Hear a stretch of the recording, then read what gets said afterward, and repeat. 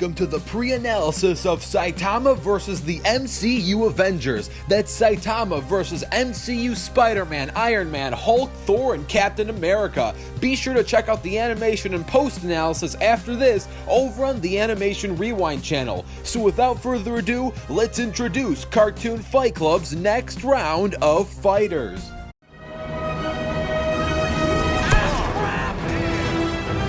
Fortnite. Starting off with Team Marvel Cinematic Universe, and of course we have MCU Spider-Man. MCU Spider-Man is a lot like his other web counterparts, but the biggest difference are his suits and lack of spider sense. Whether this version of Peter has spider sense or not is still up for debate, but if he does have it, he either hasn't fully developed it yet, or it's just not as good or noticeable as his comic book counterparts. Also, his suit was designed by the Tony Stark. His most unique attribute within the suit is Karen, and Karen is very similar to the same Karen on SpongeBob. She is a talking computer that offers great advice, though a more accurate analogy would be comparing Karen to Tony's Jarvis AI. Besides that, MCU Spider-Man is very similar to his comic and even Remy Spider-Man, except of course Remy Spider-Man has natural webbing and unnatural dancing skills. Moving on, we have MCU Thor. MCU Thor is definitely nowhere near as strong as comic Thor, but he is still one of the strongest Avengers around. His best feats include tanking the surface blast of a star,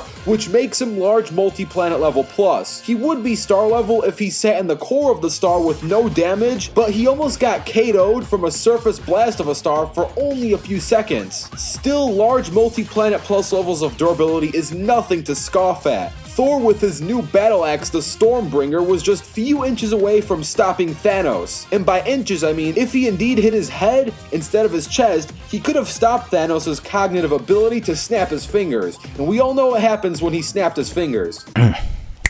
Next up, we have MCU Hulk. Currently, Hulk has some anti-anger issues, but MCU Hulk at his best is very relatable to Thor. Hulk is the only MCU Avenger in this episode and on this roster that can almost directly scale to Thor in both durability and strength. MCU Hulk's main issue is speed. He is nowhere as fast as comic book Hulk. MCU Hulk's best speed feat includes jumping from one end of a mountain to another in under 20 seconds, which puts him at subsonic plus speeds. Steve Rogers was injected with the Super Soldier Serum, making him Captain America. Captain America is in peak physical condition for a human and is a master combatant, mastering both American boxing and judo. His signature weapon is his vibranium shield. It is virtually indestructible. Next up is Tony Stark. Tony Stark is the owner of Stark Industries and is a weapons master. He has over 40 different types of Iron Man armor, each with different levels of strength, firepower, and durability. His base suit can lift 100 tons, fly at speeds of Mach 20,